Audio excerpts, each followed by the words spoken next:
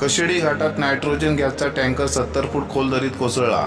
मुंबई गोवा राष्ट्रीय महामार्गावर उरण ते लोटे नायट्रोजन गॅस वाहतूक करणारा आयशर टेम्पो कसलेल्या रस्त्यावरून चढत असताना वाहनाने पिकअप न घेतल्याने पाठीमागे येऊन खोल दरीत कोसळला।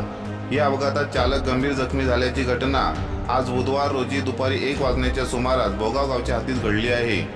याबाबत सविस्तर वृत्त असे की चालक अफिजुर रहमान वय वर्षे 55 हा आपल्या ताब्यातील आयशर ट्रक क्रमांक MH05AM 2814 यामध्ये नायट्रोजन गॅस भरून उरण ते लोटे येथे घेऊन जात होता। यावेळी मुंबई गोवा राष्ट्रीय महामार्गावरील कशेडी घाटात भोगाव गावच्या हद्दीत आले असता येथील खचलेल्या रस्त्यावर चढत असताना गाडीने पिकअप न घेतल्याने गाडी मागे थेट बॅरिकेड तोडून सुमारे 70 फूट खोल दरीत कोसळून अपघात झाला। या अपघातात चालक अफिजुर रहमान वय वर्षे 55 हा जखमी झाला असून अपघाताची माहिती मिळताच कशेडी महामार्ग पोलीस मदत केंद्राचे पोलीस निरीक्षक प्रवीण धडे, उपनिरीक्षक समीर सुर्वे, पोलीस हवालदार चिकणे, रामागडे, माजलकर यांच्यासह पोलादपूर पोलीस ठाण्याचे पोलीस निरीक्षक अनिल जाधव, सहाय्यक फौजदार जयसिंग पवार, पोलीस हवालदार रवींद्र सरणेकर, पोलीस हवालदार गुले, ट्रॅफिक हवालदार धायगुडे, बालभैरवनाथ रेस्क्यू टीमचे दीपक कुतेकर, 108 रुग्णवाहिनीची संपूर्ण टीम, महानगर परिषद आणि महाड MIDC येथील अग्निशमन यंत्रणेला कशेडी व पोलादपूर पोलिसांनी पाचारण केले।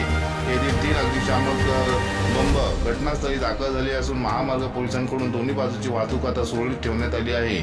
ब्युरो रिपोर्ट, रायगड तक। त्या दरम्यान गॅस वाहतूक करणार CNG गॅस वाहतूक करणारा आयशर टँकर पलटी आला म्हणून वाहतूक ट्रक चालल्याने अपघात झाला। लोटा येथे उरणवरून लोटा येथे जात होता। चढत असताना घाटामध्ये समोरील गाडीचा बंद पडल्या अचानक बंद पडल्याने ब्रेक त्याला लागल्यामुळे रिव्हर्समध्ये तो खाली दरीत गेला। हे कळताच आमची टीम कशेडीची टीम तात्काळ घटनास्थळी आली। त्या ठिकाणी पाहिलं तर CNG गॅस आहे, त्या संदर्भात आपल्याला नक्की काय सांगतात तो ज्वलनशील आहे की कसा या संदर्भात आम्ही MIDC महाड इथे कळवलं।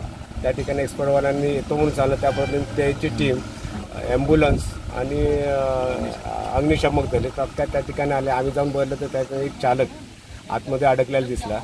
मग त्या ठिकाणी आम्ही SOP महाडची उत्तेकर यांच्या सहाय्याने त्याला आम्ही बाहेर काढला, पण तो सुरक्षित आहे।